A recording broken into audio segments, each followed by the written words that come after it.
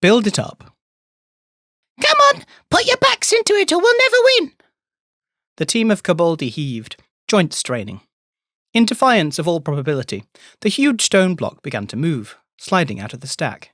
It's moving, said the forewoman, in case any of her gang had somehow failed to notice. Keep it coming. Get that sling over here now. Revel stepped back as the thick wooden arm swung past him, creaking ominously. A huge sling of rope and leather suspended beneath it. Slowly, incredibly, it arced out to meet the heavy stone block the Koboldi were pulling free of the pile. Once it was more than halfway free, the weight shifted, and suddenly the block was moving under its own weight. Clear! Shouted the forewoman, the signal for everyone to jump aside as the massive block fell free. The Koboldi tumbled to the ground below, barely more than 10 feet, but fortunately the block was caught by the sling before it could go far. The timber beam strained under the weight, but it held, just. Get turning! This time, the instruction was to the team of Koboldi manning the wheels that operated the complicated gears and pulleys that worked the crane. They began frantically turning the winch, and slowly the block began to inch upwards. The team were already scrabbling to clamber up the tall tower of stone blocks, taking advantage of the many holes to reach the top, so that they could receive the stone they had just removed. The forewoman stepped back so she could survey the progress. Revel seized the opportunity, bowing slightly as he stepped forward to make his introductions to Adamant's favourite ganger. Overview. The Heralds of the Iron Duke have come forth to issue 2 new challenges to the mortals of the Empire. For whatever reason, the Iron Duke has eschewed combat challenges for the summer. Instead, he seeks to test the wits and skills of those who would take up his challenge, aiming to test the mental acuity and stealthy prowess of the denizens of the Empire.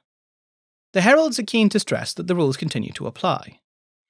Every person who has challenged the Iron Duke to cast upon them will be guaranteed entry to a challenge. Depending on the challenge, they may be able to bring a certain number of attendants with them to assist. The exact number will depend on the nature of the challenge and the number of challenges. The civil service will publish exact numbers in the hub on Saturday morning for all to see. Challengers will need to choose a reward from one of the items found in the Dragon Forge. Challengers who have been victorious in the past year may not take part in another challenge until the year has passed. Challenging the Duke.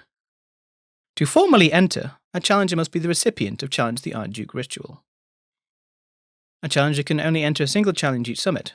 If they win, they may not enter again for a year. To formally enter one of the Iron Duke's contests, a citizen must be the recipient of the summer ritual Challenge the Iron Duke. The ritual is magnitude 30, and only a handful of covens have it mastered. It is possible to cast the ritual without it being mastered, but it is harder and more expensive, so anyone who is interested in entering a challenge will be best advised to seek out a coven who are known to be able to cast the ritual. According to the Heralds of the Traveller, 7 covens successfully performed the ritual last season. The Heralds advise those interested in taking part to seek out these covens first. Last season's covens. Phoenix Rising. Dawn. The Coven of Golden Wings. Dawn. The Eternal Family. Navarre. The Glass Mantle. The Brass Coast. The Tempest Flame. The Brass Coast. Unicorn's Glorious Charge. Dawn. Voices of the Unbound Storm. Wintermark. Even for those covens who have the ritual mastered, it is expensive. Champions who seek to prove themselves will need to find some way to convince a coven to put them forward. Just being able to pay the ritual's cost might not be enough, though it is likely the minimum price that will be asked. Challenge of the Bulwark Sanctuary. Barian has secured access to a summer chamber, a sanctuary claimed by Catherine Canet. Challengers must enter the sanctuary by themselves, retrieve one of the idols from an altar, and return to the entrance within a time limit. The sanctuary is inhabited by Metamorphic, one of Catherine Canet's heralds, whose attention will be drawn by noise. The sanctuary contains traps that may disturb the herald if triggered. If force is used against the herald, the challenge will end. Each challenger will be given a time slot listed in the Civil Service Hub on Saturday morning. Each challenger may bring 2 spectators who will be able to witness from just outside. Challengers will access the chamber via the Hall of Worlds between 1:45 and 3:15 on the Saturday. Barian's heralds can assist any challenger unable to access the Hall of Worlds. This is a combat unlikely or contained encounter. To many, the Summer Realm conjures up ideas of great wheaten fields and glorious sunshine, or oak trees greater and thicker than any seen in the mortal realm. But the Summer Realm is also one of mighty peaks and vast mountains, studded with the carved fortresses of the heralds who battle over them.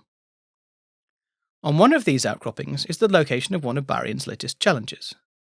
There lies a modest sanctuary, constructed by Metamorphic, a herald of the Queen of Ice and Darkness, to celebrate some victory none can remember, save perhaps the Queen herself.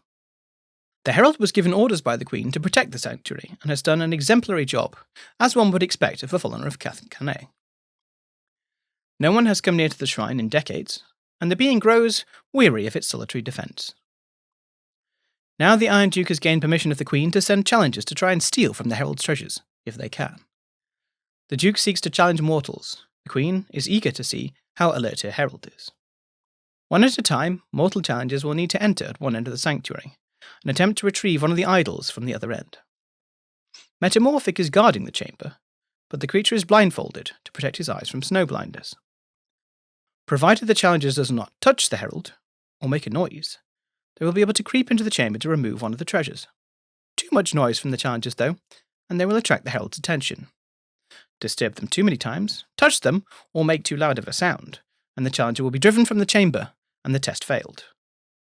Barion warns that the sanctuary is also laden with all manner of noise-making traps and decorations. Extreme care will need to be taken to avoid attracting the attention of the herald. Oh, and the challengers are on a time limit, too.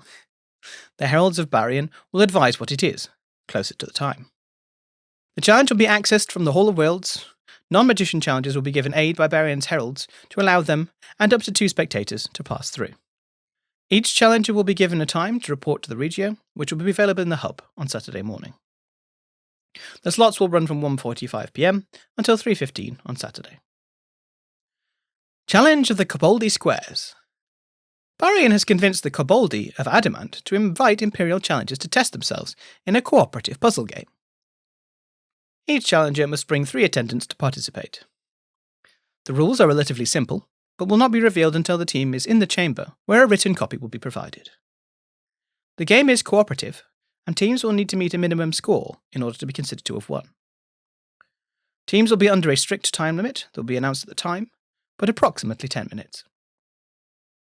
Each challenger will be given a time slot listed in the Civil Service Hub on Saturday morning. Challengers will access the chamber via the Hall of Worlds between 6:15 and 7:45 on the Saturday. Barion's heralds can assist any challenger unable to access the Hall of Worlds. This is a combat unlikely or contained encounter that can be done seated and involves no walking aside from getting to the encounter. While most of the denizens of the Realm of Summer could be described as some variety of brash, bold, and boisterous, the Koboldi who serve Adamant, the king unto the mountain, stand out. Almost single-mindedly obsessed with buildings and the act of making buildings bigger and better, they can perhaps seem out of place compared to the conflicts that rage between heralds of the other Eternals. Nevertheless, there is definitely something they share with their fellows in the Summer Realm. They are very, very competitive, and are not shy about it when the time comes. When not expressing this competitive spirit by building things, or comparing things they have built with things other Koboldi have built, on occasion, Koboldi like to partake in games. Usually these games are about, well, building things, but this can be expressed in more or less abstract ways, depending on the game. At Barion's request, the Koboldi have invited mortal challengers to take part in one of their games. This particular game requires a team of 4 working together to complete a simple yet tricky task. Koboldi teams compete to see who can score the most in the time limit available. Here it is much the same. The Koboldi will set the pass score for the teams of challengers to beat in order to be considered successful in their challenge. There will also be a prize for the team of victorious Imperials who get the highest score. Both the pass score, time limit, and rules will be announced to the players when they enter the contest, to add to the difficulty. The rules will be available in writing throughout the contest. The challenge will be accessed through the Hall of Worlds to reach the Koboldi's chamber between 6:15 and 7:45 on Saturday. Challengers will be given a time slot listed in the Civil Service Hub on Saturday morning. Further reading. Barion. Challenge the Iron Duke. Build It Up. Summer 387 Wind of Fortune, detailing the challenges for this summit. Doing It. Spring 387 Wind of Fortune, detailing the challenges for this summit. The Long Road. Winter 386 Wind of Fortune, introducing the new challenge, the Iron Duke. Game Design. A few notes discussing the new version of Challenge the Iron Duke.